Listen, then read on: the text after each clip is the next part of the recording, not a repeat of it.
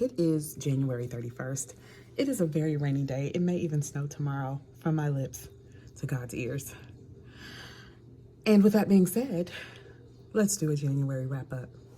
So I only actually finished 2 books, but that's not the full story. You have to get the full story. By the way, these were 2 great books. This one, a 5-star. This one, a 4 and 3/4, but you can't really do that on Goodreads, so I only gave it 4. It's really like a 4 3/4. And I don't really want to talk about it much because I want to read the book that has been written, the next book, which is technically still based in this world. And so I don't want to talk about it very much. I want to talk about them both together. But I loved this book, and hopefully I will love the second one, The Candy House, also by Jennifer Eagan. It is on its way. So that's all I'm going to say about that. This book, on the other hand, I have a little bit more to say about. But I'm going to go get food because I'm always going to go get food in these videos. So I will talk about this book on the way. So I did not talk about this book on the way because I was driving, and that would have been a little difficult. And when I got to Starbucks, the Bridgerton soundtrack was playing, so obviously I couldn't talk about it there. Plus, I wanted to savor this brown sugar oat milk shaken espresso with caramel drizzle. It was so good. But we can get into this little gem right now. So this book, if you have not heard, is a book about a woman who basically works at a convenience store for over half her life. When she's 18, she applies to work at a convenience store, and she works there until she's 36. More than likely, she works there past 36. But that's what this book is about. And everyone that she encounters tells her how useless she is, or they feel sorry for her because she has never been married. She has never known a man. She has no aspirations to be corporate or a boss girl or any of that. She just wants to be herself. And it is a fascinating read. She works at the convenience store. She loves the convenience store. She feels as if she is one with the convenience store. And the fact that everyone is giving her a hard time is frankly annoying. This woman has found her place in life, and she is very content. And I feel that this book is less a commentary on her and her quirkiness, and more of a commentary on how obnoxious society can be. How society tells you that you have to have a fancy corporate job, you have to make a lot of money, you have to meet your soulmate, you have to get married, you have to have 2.5 kids and a dog and a minivan. And if you don't have these things, then you must definitely be flawed or sick or useless. And just for a minute, just for one single minute, they almost get to our heroine, Keiko. But then she realizes that she just is who she is and that they can eat rocks. My personal thoughts, this book wasn't really about Keiko at all. Keiko was just the focus of the story. But the true message is that everyone else just needs to mind their own daggone business. Period. What do you want me to do? What about yourself? What about yourself? 5 stars. Absolutely 5 stars.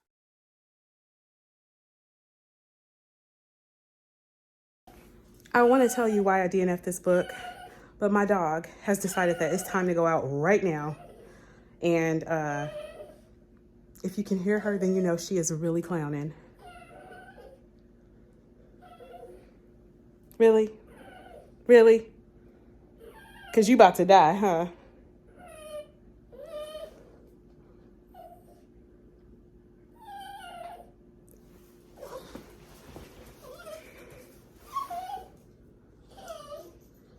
Okay, let's go. All right, come on. What if you have to go so bad? Why would hello, this way. Ma'am, can you the hell is wrong with this dog? Sasha, you have to pee, remember? You were just dying. Why did we just do the race around the ottoman?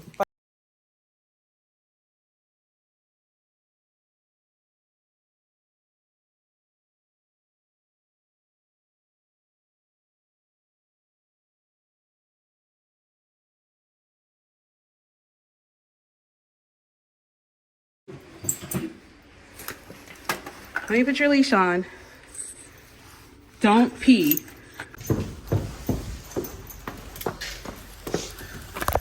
Sasha.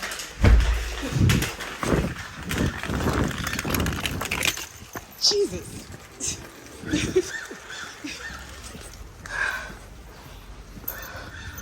Anybody want a dog? How are you this old and wild? Nope. This way. This way. Thank you, ma'am. Jeez. Jeez. So I'm going to let her do her business back there. And I'm going to tell you guys why I DNF'd my book. Are you going to go poop? No? You want to know why I DNF'd the book too? Okay. Okay. Okay, the first time it was a false alarm. I think this time is real. Anyway, okay. Anyway, so why did I DNF the book? I think it was something to do with the translation. You guys, the stories seemed cool, but I didn't get it. Like, I just didn't get it. And I tried. I read a few of the stories. Are you finished? I don't see anything. All right, you guys, let me find the poop. Okay, so I don't know. It's a book translated from Russian. The stories seemed pretty interesting, although, um, stories seemed pretty interesting. But as I was reading them, I kept feeling like I was missing something. And a couple of the stories just didn't even seem complete. I thought, well, obviously something is getting lost in translation, right? Not very well versed in Russian culture or Russian humor or Russian customs or even what would be considered Russian horror. And while I think those themes are universal and based on the titles of the books, based on the titles of the stories, they seem universal. The stories, like every one of them that I read, it just seemed like I was missing something. So I don't know, maybe I just lost something in translation, but it just felt like I was reading a bunch of unfinished stories. Maybe if I spoke Russian, it would have ended a little differently. So maybe it's not the book. Maybe it's me. I don't know. Maybe it's something in the translation, or maybe I'm just dumb. Hey, you know you need a haircut, right? You do. You're all wet. You're a cutie, though. You're a cutie, though. Yes, you are. You're my little cutie. Crazy as hell, but you're my cutie. Well, before I go into muscle failure, let's recap. My 5-star read for the month of January, Convenience Store Woman. My 4 3/4 read for January, and the book that took the longest, which is why I only finished 2 books. Mind you, I had COVID the first 2 weeks of January, and while I did read, I don't think I comprehended most of what I read during that time. And I was reading really, really slow, and that was when I wasn't having headaches and stuff. So, yeah, I only actually finished 2 books. Oop, my DNF, because maybe I'm not as bright as I once thought I was. And you know what? I'm okay with that. Now on to books that I'm currently reading. Einstein's Dreams by Lightman. This is a very short read. I will actually probably be finished with this book by the time this video goes up, but because I'm being fully transparent, I am not finished with it yet. So I'm not going to necessarily review it, which, I mean, I could technically if I wanted to. It's just a small book. I'll read the back of it so that you can kind of get an idea of what this actually is. It's a modern classic. Einstein's Dreams is a fictional collage of stories dreamed by Albert Einstein in 1905 when he worked in a patent office in Switzerland. As a defiant but sensitive young genius is creating his theory of relativity, a new conception of time, he imagines many possible worlds. In one, time is circular, so that people are fated to repeat triumphs and failures over and over. In another, there is a place visited by lovers and parents clinging to their children where time stands still. And in yet another, time is a nightingale, sometimes trapped by a bell jar. This book has now been translated into 30 languages. It's inspired playwrights, dancers, musicians, and painters all over the world in its poetic vignettes. It explores the connections between science and art, process of creativity, and ultimately the fragility of human existence. The fragility of human existence part is definitely what resonates with me. The little stories are the stories are very short. They're like maybe a page and a half. So you get through them pretty quickly. I think maybe some are 2 pages. Very short. So there's a lot packed into this little book, which is my favorite thing when you can say a lot in a little bit of space. Brevity. Brevity is wonderful, and I'm learning to practice it myself. So, all I'm going to say about this book is if you like something that's a little mind bending, that makes you question reality, that makes you think about what you know about what seems like simple subjects, like a lot of us believe based on just how life is lived, is that time is very linear. And I have actually been questioning that for a while in my life, especially since I have lost people very close to me. Um, I would like to believe that we are living things over and over again, or that there are places or that there are dimensions in our existence where at some point we meet people again and we're able to experience things again, or experience that closeness and those feelings again. So this really resonates with me. I don't know that I will be rating this book. It is a novel. I love the way that it's written. I love how, like I said, brief each story is and how succinct each story is. And I love just the concepts that it tackles and the creativity of the concepts and just the idea that time is malleable. Love that. I don't know. I don't know that I would rate it necessarily, but if you're interested in that sort of thing, and I think it's one of those things that you kind of have to be interested in, or that you may be questioning some things and you want some possible answers, then this book is for you. It definitely makes you think. The second book that I'm currently reading is Donna Tartt's The Secret History, and I'm so here for it. So here for this book. It's giving How to Get Away with Murder, which I know it came before How to Get Away with Murder, which just lets me know that Shonda read this too. So glad. I'm so glad because I think that if I had read this when it first came out, well, for one, when it first came out, I was like 20. So I would not have appreciated this for what it actually is. I would have still enjoyed it though. I would have related in a lot of ways, believe it or not. I could relate. But I see it so differently now. And I'm going to talk about that in another video. This is not a book that has not been talked about on the internet. So if you really have, I'm not going to say been living under a rock because I hate that phrase. But if you're someone who has not or is not familiar with this book, I am going to make a video about it. It won't necessarily be a review. Then again, it might be.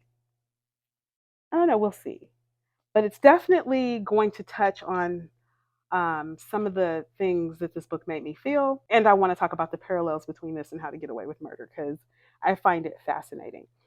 I am currently reading this. I am on book 2. I just got to like the page that says book 2. I would imagine that puts me about halfway through this book, but I am exhausted already from reading book 1. It is so good and so engaging, and it's so much to unpack in this story. I love a good story, and I love it when the author just tells a story, and I don't have to bring anything but an open mind to it. So Donna Tartt did that. She definitely did that. So currently reading this, should be finishing it in the next day or so. 2 more books that I am currently reading as well. They're both on Kindle. They're Atul Gawande's Being Mortal and his other book, Checklist Manifesto. Atul Gawande is actually one of my favorite authors. And I read his book Complications, which I do believe is his first book. I think I read that. Hey girl, it's my it's my baby girl back there. It's okay. I mean, they can see you. She's cute. Is it like okay? I did that. I did that. Well, not by myself, but but I had a huge part in it. Okay, Dr. Atul, I can never say it right. Dr. Gawande. How about that? Let's do it that way. He is one of my favorite authors, actually, and he is a neurosurgeon. And his book, Complications, fascinated me.